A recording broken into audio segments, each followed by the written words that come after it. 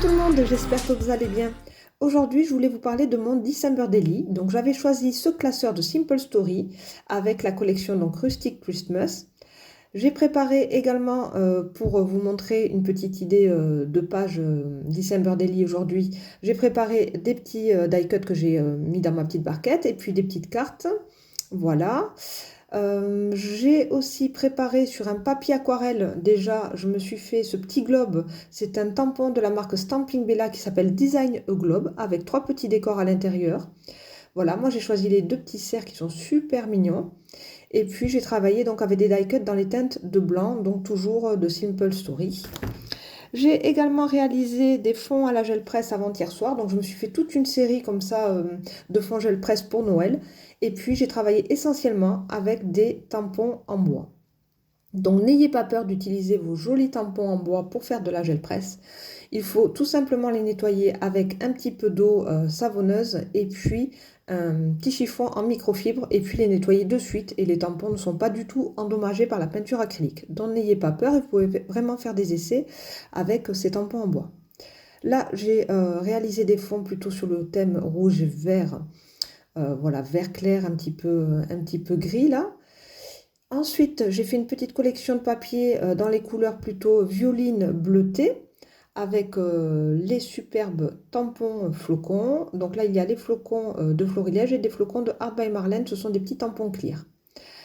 Voilà. Ensuite, j'ai aussi réalisé un fond avec le tampon, le grand sapin de Art by Marlène, avec vraiment quelque chose de plus peps, avec du jaune, du orange, avec des couleurs très vives. Là, c'est une petite série de fonds. Alors celui-ci, c'est mon préféré. Je le trouve vraiment très beau. On dirait vraiment un tableau abstrait. Comme quoi, il y a parfois des petits résultats comme ça qui sortent, qui sont assez magiques. Voilà, donc plusieurs teintes, du bleu turquoise, du vert, avec des petites touches de blanc et de rouge. Ici, j'ai travaillé avec le tampon bois de Florilège, toujours, c'est le nœud rayé. Voilà, très très joli tampon, issu de la collection Au Winter, donc de l'année dernière. Et ça donne vraiment un fond super chouette. Là, je suis venue avec des couleurs un petit peu bleutées et un petit peu brunes, un petit peu vert de gris comme ça. Et j'ai tamponné par-dessus avec de la Distress Oxyde Bleu le mot Noël du tampon bois Noël de Florilège Design, toujours. Là, c'est un petit fond. J'aime beaucoup aussi cette grande feuille en A4. Travailler avec les petites maisonnettes. Donc, comme je vous disais, c'est un petit tampon bois de variation créative que j'avais eu en cadeau dans une commande et que j'aime beaucoup. Là, on repart sur une grande feuille A4 bleue. Donc, je fais des petits quadrillages comme ça, blancs avec un peigne en fait. En fait, je vous avais préparé la vidéo. J'ai filmé tous mes fonds gel presse, mais la vidéo dure super longtemps, donc je ne la ferai pas parce qu'une vidéo trop longue, c'est pas très intéressant, donc j'essaierai d'en faire une plus condensée. Là, ce sont les flocons de Florilège Design, ce superbe tampon bois donc de cette année également. Voilà. Voilà, donc là j'ai fait recto verso, puis j'ai travaillé avec ce petit tampon comme ça avec les branches de pin, très très joli aussi. Et donc vous voyez que si vous nettoyez à chaque fois que vous avez terminé avec un petit cheat sheet, de l'eau et puis moi je mets un petit peu, voilà, un petit peu de produit ménager, du Monsieur Propre, du vinaigre blanc, vous pouvez mettre n'importe quel nettoyant et puis vous frottez avec votre petite chiffonnette en microfibre. Voilà, choisissez une petite chiffonnette avec des petits picots pour que ça aille bien dans les interstices du tampon. Là, je me suis fait plaisir, je me suis trouvé un super lot de petits tubes, comme ça il y en a 48. Donc les petites peintures Amsterdam, donc les peintures acryliques qui sont en tout petit tube comme ça. Je trouve ça super pratique pour travailler à la gel presse parce qu'on a plein de couleurs disponibles comme ça de suite sous la main.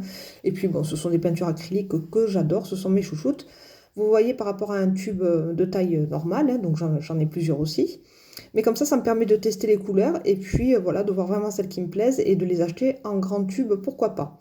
Pour le blanc, je suis toujours avec mon mon PBO Studio acrylique High Viscosity, c'est le numéro 11, c'est un blanc de titane que j'aime utiliser pour la gel presse, que j'aime utiliser dans l'art journal tout le temps, donc c'est vraiment mon blanc chouchou.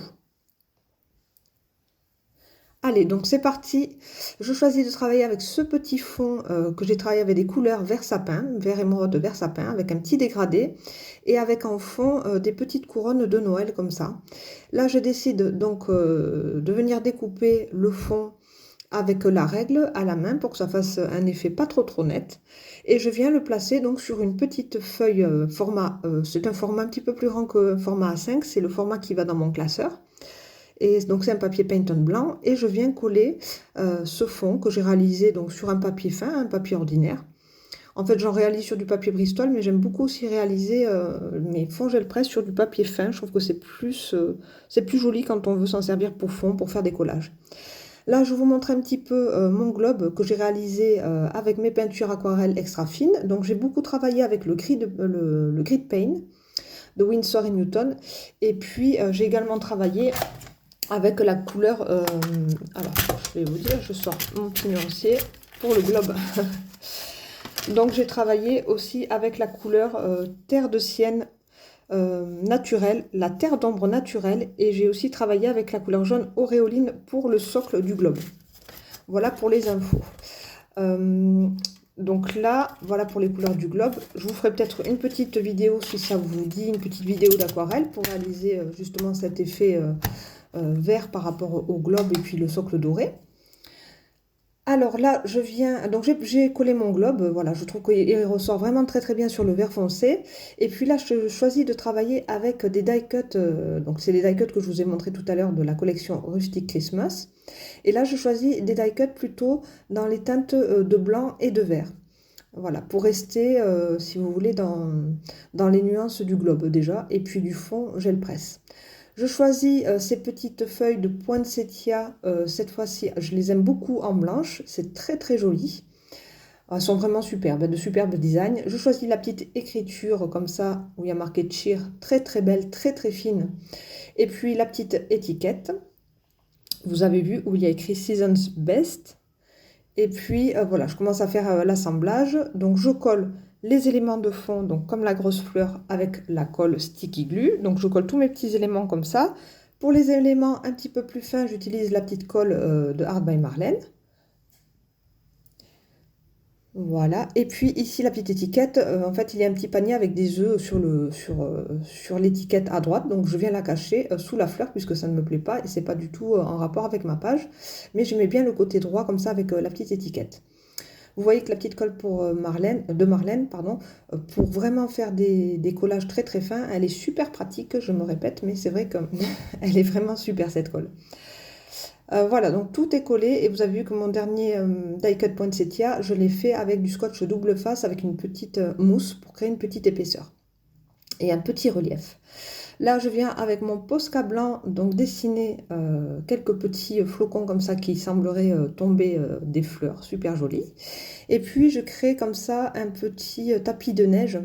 Donc vous avez vu, je commence à dessiner un trait, puis après je viens le flouter avec mon pinceau à réservoir d'eau, puisque le Posca se travaille très bien avec l'eau. Et puis voilà, j'ai créé comme ça un petit sol enneigé. Maintenant, je viens, vous avez vu, gros accident. J'ai eu un accident en fait avec ma colle pailletée quand elle était un petit peu bouchée. Au départ, elle ne me semblait pas bouchée, puis après ça a fait comme un bouchon et tout est sorti d'un coup. C'est pas grave, j'ai récupéré toute la colle pailletée, je l'ai remise donc dans le tube. Et puis là, comme il en reste un petit peu sur mon papier, je viens travailler avec mon pinceau pour tout récupérer puisque j'aime pas jeter, donc je me sers donc du pinceau. C'était pas prévu, mais finalement ce sera très bien. Donc je crée comme ça un arrière-plan un petit peu pailleté aussi. Et puis je viens mettre cette colle argentée pailletée au centre des fleurs, un petit peu sur mes feuilles. Et je viens travailler comme ça les nervures des fleurs poinsettia avec cette petite colle argentée. Donc ce n'est pas une stickle celle-ci, c'est la marque... attendez, je regarde...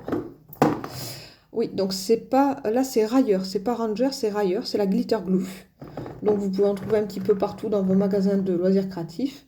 D'habitude, c'est vrai que j'aime utiliser les Stickles Ranger, mais bon, j'avais déjà acheté 5 ou 6 petits tubes de cette marque-là. Donc la couleur argentée, c'est la marque Rayer, voilà, qui est très bien aussi. Un petit peu plus épaisse, donc pas évident à travailler, elle est très visqueuse. Mais ça donne un super résultat, j'aime beaucoup, ça brille super bien, vous voyez, dans les nervures de la fleur, c'est très très joli. Et puis bon, c'est Noël, donc j'ai choisi donc de l'argenté, puisque je trouvais que la couleur émeraude, comme ça, vert sapin, se mariait très très bien avec l'argenté. Et puis les couleurs froides, un petit peu grises et blanches, de la boule à neige. Et puis le socle, comme ça, en doré, ressort super bien. Enfin, en doré, c'est l'effet doré, hein, les pas dorés. Mais je vous ferai peut-être un petit tuto comme je vous ai dit. En fait, j'ai pas beaucoup de temps en ce moment. Le mois de décembre est super chargé. Voilà, vous le savez, les fêtes arrivent, on prépare beaucoup de choses. J'ai l'anniversaire de ma fille le 19 décembre aussi. Voilà, donc on essaye voilà, de s'organiser, mais j'ai pas énormément de temps pour avancer ce December Daily. Je dois aussi imprimer des photos, donc je vais certainement le faire très bientôt. Et en fait, je ne me stresse pas, je fais des pages d'art journal comme il me semble. Voilà, petit à petit, puis j'avance comme ça, et à la fin, je pense que je numéroterai chaque page avec voilà, du 1 au 25. Là, c'est une page d'art journal, une double page d'art journal. Voilà, je vous montre un petit peu. On voit bien les paillettes dorées. Donc là, j'ai travaillé avec le tampon, les ateliers de Karine, la fleur poinsettia. Et puis, j'ai travaillé aux aquarelles rouges. Et puis, voilà, j'ai utilisé aussi la collection de papier de Simple Stories, donc la Rustic Christmas.